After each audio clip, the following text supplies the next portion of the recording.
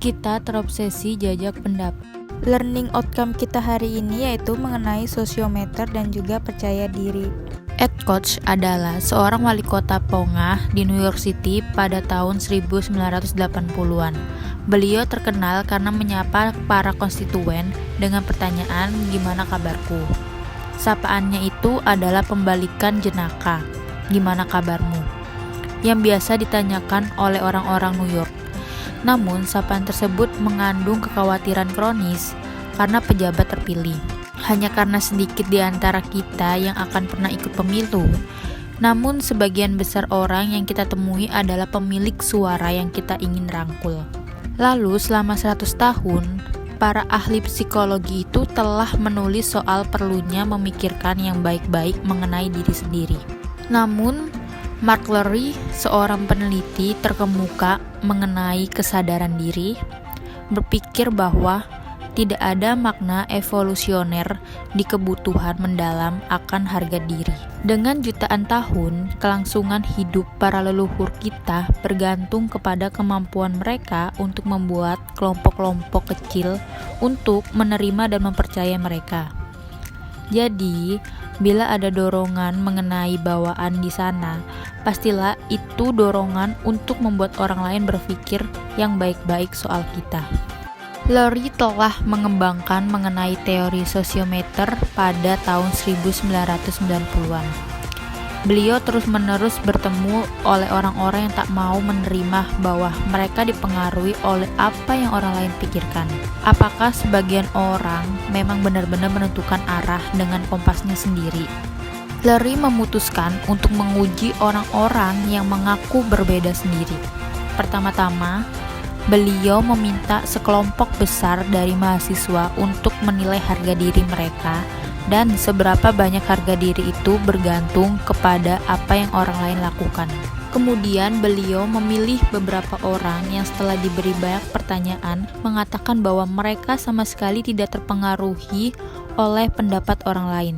Dan beliau mengundang mereka untuk datang ke lab beberapa minggu kemudian. Lalu setiap orang harus duduk sendirian dalam satu ruangan dan berbicara mengenai diri sendiri selama 5 menit ke mikrofon. Pada akhir setiap menit mereka melihat angka berkelebat di layar di depan dan mereka diberitahu bahwa angka itu diberikan orang lain yang mendengarkan dari ruangan lain sebagai penilaian seberapa ingin si pendengar berinteraksi dengan mereka dalam bagian selanjutnya penelitian itu.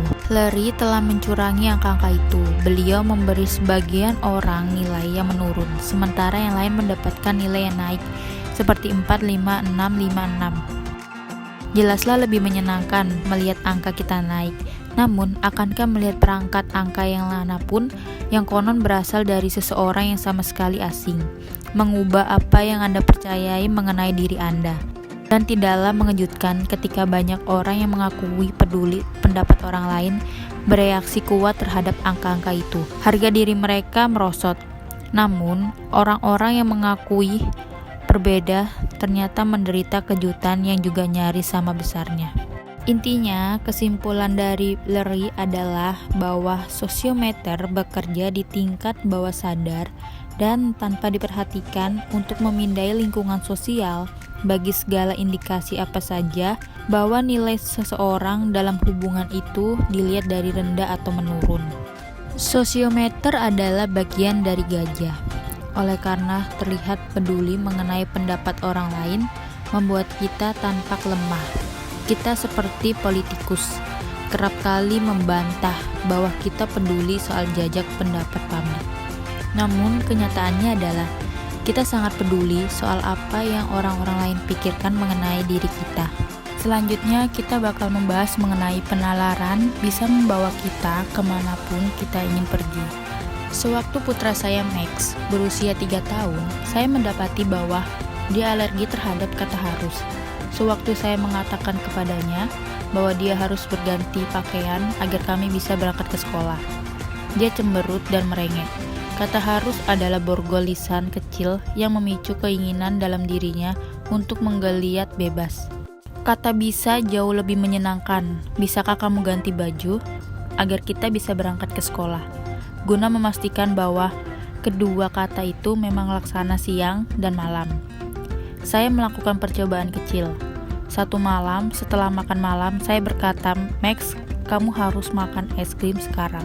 Lalu Max mengatakan, "Tapi aku tidak mau."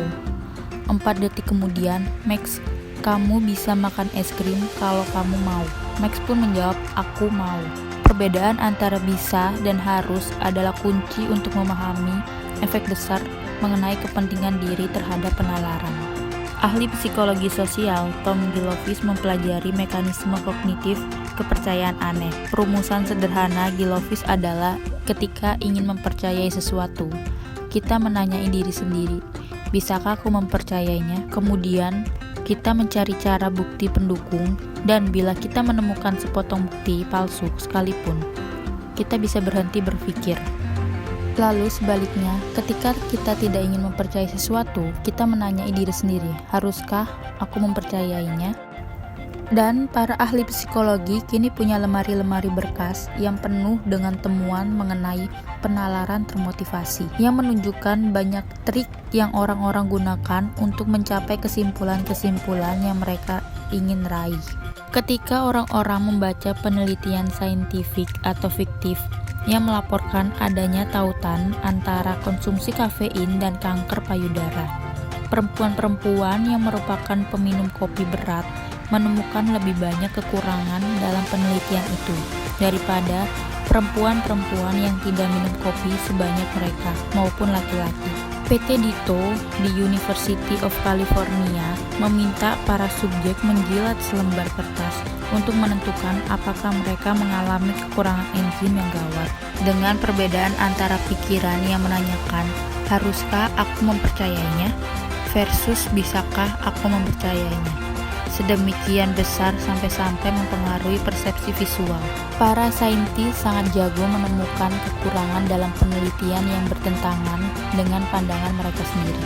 Namun, kadang-kadang bukti menumpuk dari banyak penelitian sampai-sampai para saintis terpaksa berubah pikiran. Namun bagi para non-saintis, tidak ada namanya penelitian yang harus kita percayai.